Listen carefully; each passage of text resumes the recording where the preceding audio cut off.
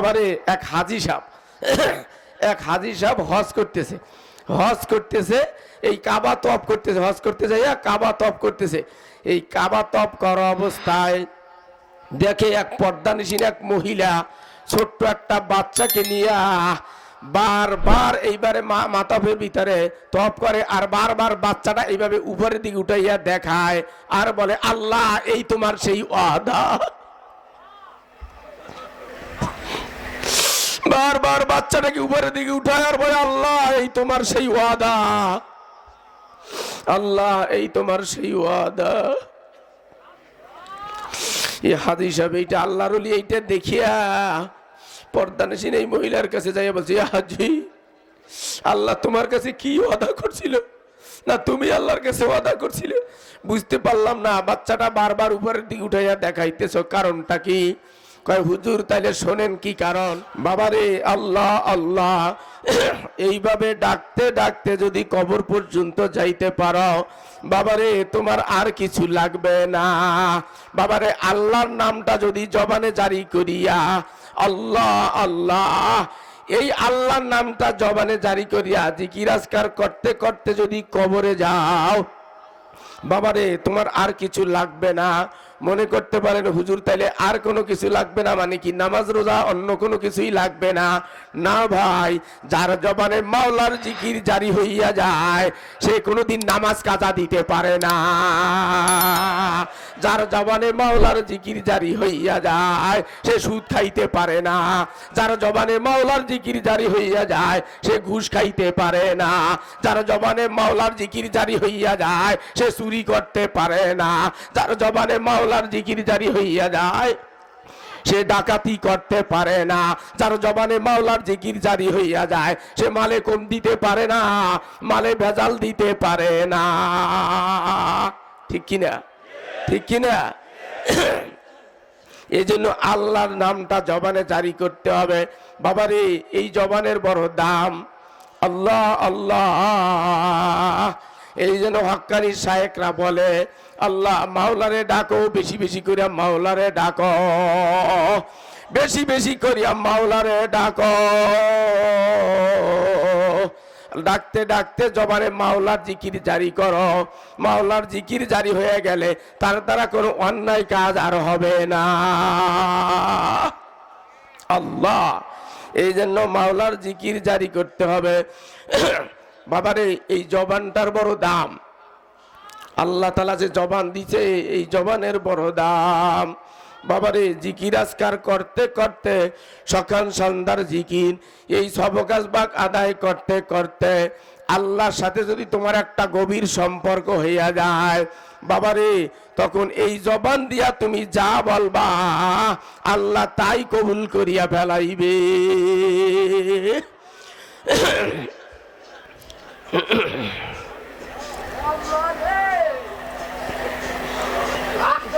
আল্লাহ জবানের বড় দাম। আল্লাহ এমনও মানুষ আছে এর ভিতরে বসা আছে, আল্লাহ আল্লাহর কাছে যা কয় আল্লাহ তাই শোনে, আল্লাহর কাছে যা কয় তাই শোনে। আল্লাহ তুমি চেনো না, আমি চিনি না। আল্লাহ এই হযরতজি থাকা অবস্থায় থাকাকালীন এই ভীমপুরের এক পাগলা আসতো, চিনেন না আপনারা, অনেকেই দেখছেন, একেবারে জীর্ণ শীর্ণ মানুষ।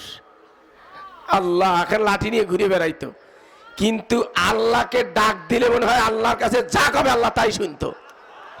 একবারে এই রসুলপুরের মাহফিলের ভিতরে মেঘ লাগলো, এমন মেঘ লাগছে আল্লাহ বৃষ্টিতে মনে হয় যে ভাইসে যাবে একবারে।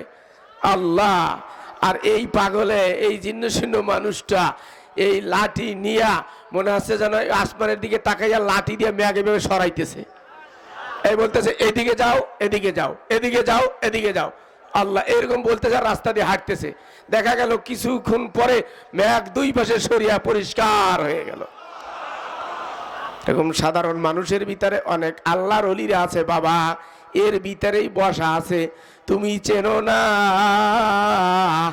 আল্লাহ তারে চেনে। এই জন্য জবানটা ঠিক করিয়া জবানে মাওলার জিকির জারি করিয়া তারপর মাওলার কবরে যাইয়া ছুইও বাবা। আল্লাহ আল্লাহ। জবানে যদি আল্লাহর জিকির জারি হইয়া যায়, সমস্ত দুনিয়া তোমার হইয়া যাইবে।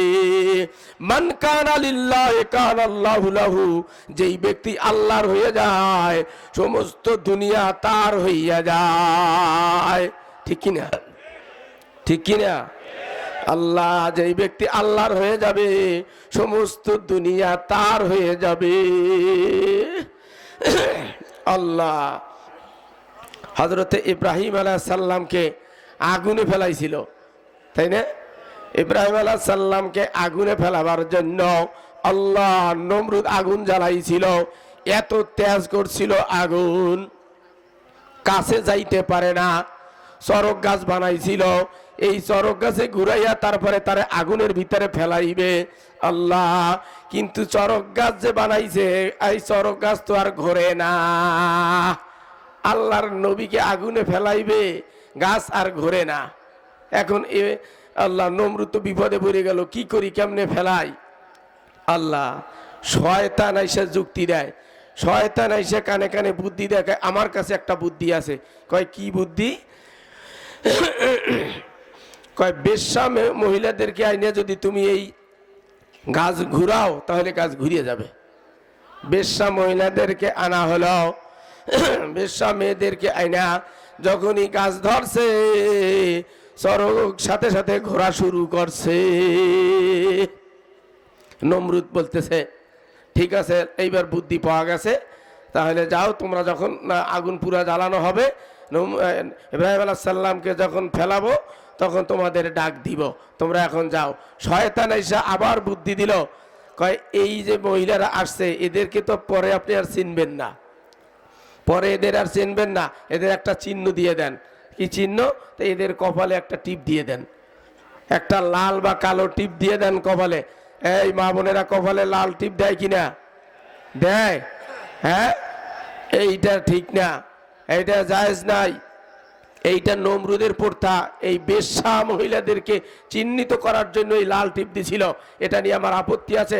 মা বোনদেরকে, বাচ্চাদেরকেও এই টিপ দিতে দিবেন না। আপনারা রাজি আছেন তো?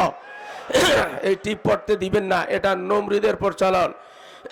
বেশ্যা মহিলাদেরকে চিহ্নিত করার জন্য টিপ ব্যবহার করছিল। এইটা কোনো মুসলমানের মেয়ে ব্যবহার করতে পারে না। পারে? কোন মুসলমানের মেয়ে ব্যবহার করতে পারে? আপনার মা বোনদেরকে ব্যবহার করতে দিবেন? বাচ্চাদেরকে ব্যবহার করতে দিবেন? আজ থেকে আর টিপ ব্যবহার করবেন না। যে কথা বলতেছিলাম, আল্লাহ আগুন যখন জ্বালানো হইল, কিন্তু ইব্রাহিম আলাইহিস সালামের ছিল আল্লাহর সাথে গভীর সম্পর্ক। চরক গাছে ঘুরাইয়া যখন আগুনের ভিতরে ফেলাইছে, আগুনও তার বন্ধু হয়ে গেছে, আগুন শীতল হয়ে গেছে, তার জন্য আরামদায়ক হয়ে গেছে, আগুনও আরামদায়ক হয়ে গেছে। বাবারে, এই জবানটা যদি আল্লাহরে ডাকো, এই জবান দিয়া যা বলবা তাই হয়ে যাবে। আল্লাহ যদি বন্ধু হয়ে যায়, সমস্ত দুনিয়া বন্ধু হয়ে যাবে। দাঁড়ালো ছুরিও বন্ধু হয়ে গেছে। ইসমাইল আলাইহিস সালামকে শোয়াইছে জবাই করার জন্য, দাঁড়ালো ছুরি দিয়া গলা কাটতেছে, জবাই করতেছে, কিন্তু ছুরিতে গলা কাটে না, ছুরিতে গলা কাটে না। পাথরের উপরে করতেছে, পাথর দুই ভাগ হয়ে যায়, কিন্তু ইসমাইলের গলা কাটে না। আল্লাহকে বন্ধু বানাইলে, আল্লাহ আল্লাহ, সমস্ত দুনিয়া তোমার বন্ধু হয়ে যাবে।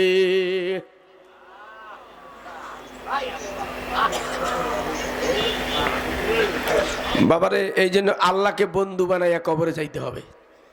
আর আল্লাহকে বন্ধু বানাইতে হইলে জবানে আল্লাহর জিকির জারি করতে হবে। রাজি আছেন তো সবাই?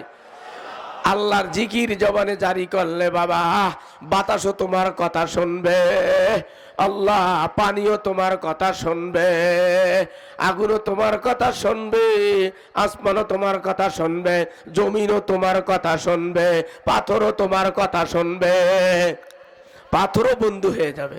আল্লাহ রাসূলুল্লাহ সাল্লাল্লাহু আলাইহি সাল্লামের জন্য আল্লাহ উহুদ পাহাড় এখনো কান্দে। বাবারে, উহুদের ময়দানে যাইয়া দাঁড়াইলে মনে হয় যেন উহুদ পাহাড় এখনো রাসূলের জন্য কান্দে। আল্লাহকে বন্ধু বানাইছে, পাথরও বন্ধু হয়ে গেছে। উহুদের পাহাড় এখনো রসুলের জন্য কান্দে। বাবারে তাইফে যারা গেছো হাজী সাহেবরা যাইয়া দেখবা, আল্লাহ আল্লাহ, পাথরও কেমন করে বন্ধু হয়। তাইফে যাইয়া নিজে চোখে দেখে আসছি। বাবারে যারা গেছো তারা যাইয়া দেখবা, রাসূলুল্লাহ সাল্লাল্লাহু আলাইহি সাল্লাম যখন তাইফে গেছিল, তাইফবাসীদেরকে যখন দাওয়াত দিতে গেছিল, আল্লাহ রসুলের দাওয়াত প্রত্যাখ্যান করিয়া তাইফের ছেলেদেরকে পিছনে লিলাইয়া দিছিল। তাইফের ছেলেরা আল্লাহর রসুলের গায়ে পাথর মারা শুরু করলো। আল্লাহ পাথরের আঘাতে আঘাতে রাসূলুল্লাহ সাল্লাল্লাহু আলাইহি সাল্লামের সমস্ত শরীর রক্তে রঞ্জিত হয়ে গেল। হযরতে যায়েদ রাদিয়াল্লাহু তাআলা আনহুর সাথে ছিল। আল্লাহর রসুল অসুস্থ হয়ে একটা পাহাড়ের পাশে যাইয়া বসলেন, আর জায়েদকে বললেন, জায়েদ আমার পানির পিপাসা লাগছে, দেখো পানি পাওয়া যায় কিনা। জায়েদ বলে, আল্লাহর রসুল একবার ওঠে একবার বসে। আল্লাহ আল্লাহ, পাথরের আঘাতে যন্ত্রণায় ছটফট করতেছিল। আল্লাহ রসুল পাহাড়ের গোড়ায় বসছে।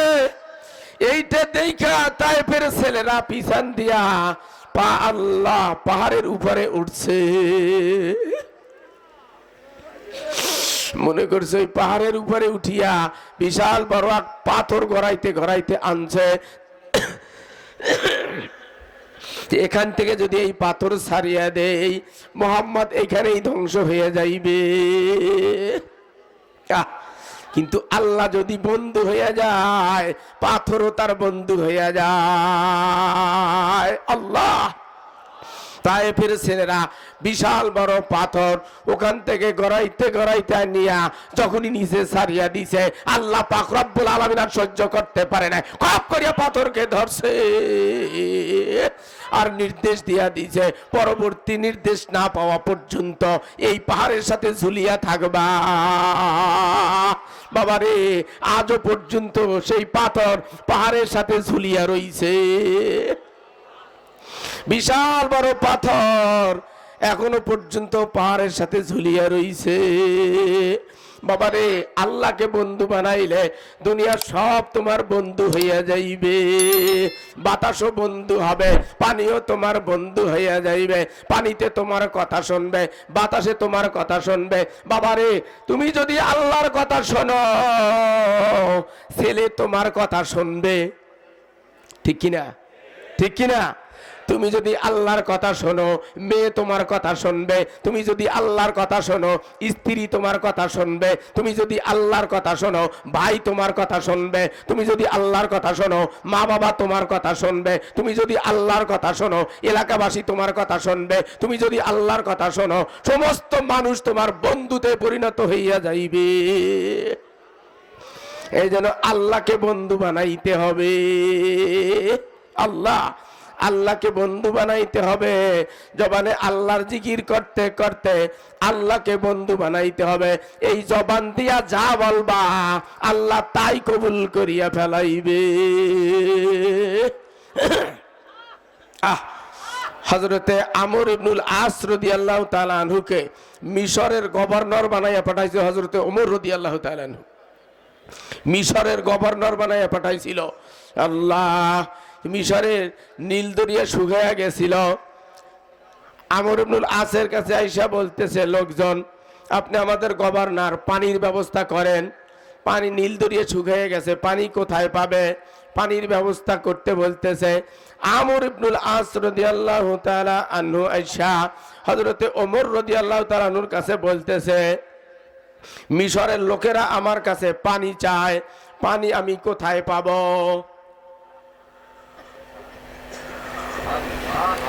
পানি আমি কোথায় পাবো? আল্লাহ দেখেন জবানের কি দাম। হযরতে ওমর রাদিয়াল্লাহু তাআলা কোন কিতাবের ভিতরে লেখছে চামড়ার ভিতরে, কোন কিতাবের ভিতরে লেখছে খেজুর পাতার ভিতরে। লেখা দিছে এই এতটুকু কথা লিখতেছে, খত্তাবের পুত্র ওমরের পক্ষ থেকে নীলদরিয়ার কাছে লিখলাম, হে নীলদরিয়া, আমার এই চিঠি পাওয়ার সাথে সাথে তোমার ভিতরে যদি তুমি পানি না দাও, জিন্দিগিতে তোমার পানি আর আমরা ব্যবহার করব না। জবানের কি দাম দেখেন, এতটুকু কথা লিখে দিছে, বলে যাও এই আমার এই চিঠিটা নিয়া নীলদরিয়ার কাছে ভিতরে যে ফাটল ধরছে ওই ফাটলের ভিতরে ঢুকাইয়া দিও। আমর ইবনুল আস রাদিয়াল্লাহু তাআলা আনহু বলে, আমরা এই চিঠি নিয়ে আসা কয়েকজন যুবক নীলদরিয়ার তলায় চলে গেছি, ওখানে যাইয়া যে ফাটল ধরছে ওই ফাটলের ভিতরে এই চিঠি দেওয়ার সঙ্গে সঙ্গে শো শো শো করিয়া পানি উঠে আসছে। আল্লাহ, শো শো করে পানি উঠে আসছে। আমর ইবনুল আস রাদিয়াল্লাহু তাআলা আনহু বলে, আমরা দৌড়াইয়া উপরে উঠে আসতে আসতে কেউ মাজা পানির ভিতরে, কেউ গলা পানির ভিতরে ডুবিয়া গেছি। জবানের কি দাম বাবা। এই জন্য এই জবানটা দামি করতে হলে আল্লাহর জিকির করতে হবে, সব সময় মাওলার জিকির করতে হবে। বাবারে আল্লাহ আল্লাহ, এই জবান দিয়া যদি তুমি আল্লাহরে ডাকো, তোমার যা দরকার আল্লাহর কাছে বলবা, আল্লাহ তোমার কথা শুনবে। আল্লাহ তোমার কথা না শুনিয়া পারবে না। বাবারে এক হাজি সাহেব হজ করতেছে, এই কাবা তপ করতেছে, হজ করতে যাইয়া কাবা তপ করতেছে। এই কাবা তপ করা অবস্থায় দেখে এক পর্দানিসীন এক মহিলা ছোট্ট একটা বাচ্চাকে নিয়ে বারবার এইবারে মাতাফের ভিতরে তপ করে, আর বারবার বাচ্চাটা এইভাবে উপরের দিকে উঠাইয়া দেখায় আর বলে, আল্লাহ এই তোমার সেই ওয়াদা। বারবার বাচ্চাটাকে উপরের দিকে উঠায় আর বলে, আল্লাহ এই তোমার সেই ওয়াদা, আল্লাহ এই তোমার সেই ওয়াদা। এই হাজি সাহেব এইটা আল্লাহর ওলি, এইটা দেখিয়া পর্দানিসীন এই মহিলার কাছে যাইয়া বলছে, হাজি আল্লাহ তোমার কাছে কি ওয়াদা করছিল, না তুমি আল্লাহর কাছে ওয়াদা করছিলে? বুঝতে পারলাম না, বাচ্চাটা বারবার উপরের দিকে উঠাইয়া দেখাইতেছ, কারণটা কি? কয় হুজুর তাইলে শোনেন কি কারণ। আমি একবার সমুদ্রের ভিতরে ছিলাম, ভ্রমণ করতেছিলাম, জাহাজের ভিতরে ছিলাম, রাত্রেবেলায় হঠাৎ তুফান উঠিয়া গেছে, হঠাৎ তুফান উঠিয়া ঝড় উঠিয়া জাহাজ ডুবিয়া গেল। জাহাজের সমস্ত মানুষ কে কোথায় ভাসিয়া গেল খবর নাই। হুজুর আমার এই বাচ্চাটাকে নিয়া আমি নদীর ভিতরে সাগরের ভিতরে সাঁতরাইতেছিলাম, সাঁতরাইতে দেখি বড় একটা তক্তা আমার সামনে দিয়া ভাসিয়া যায়।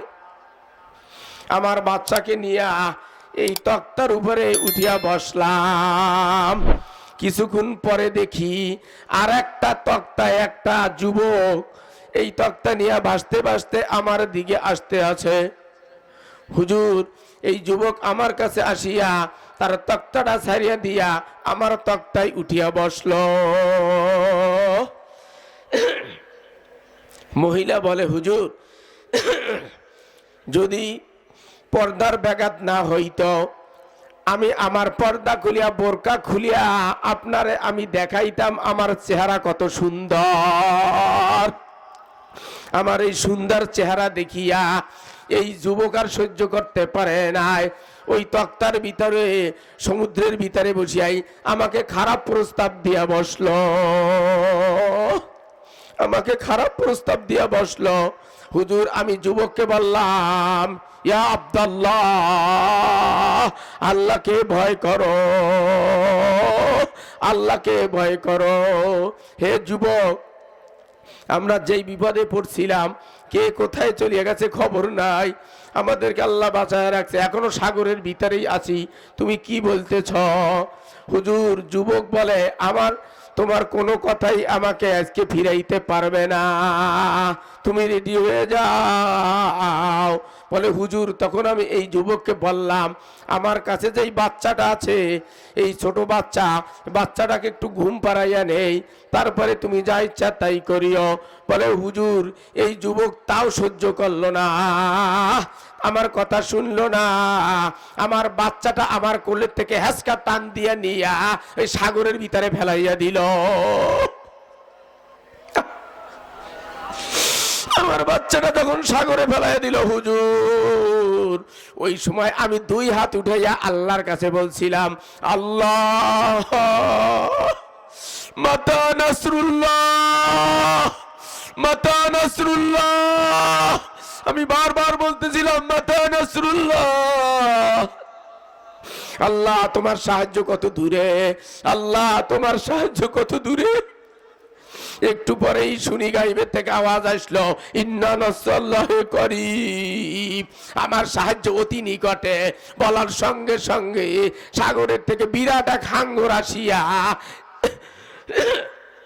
এই যুবককে ধরিয়া গ্রাস করিয়া সাগরের ভিতরে নিয়ে গেল।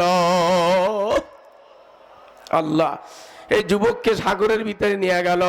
হুজুর আমি ভাসতেছিলাম, তক্তা নিয়ে ভাসতে ভাসতে আল্লাহ একটা দ্বীপের ভিতরে যাইয়া উঠলাম। আমি অপেক্ষা করতেছিলাম যে কোনো জাহাজ যায় কিনা, আমারে উঠাইয়া নেয় কিনা।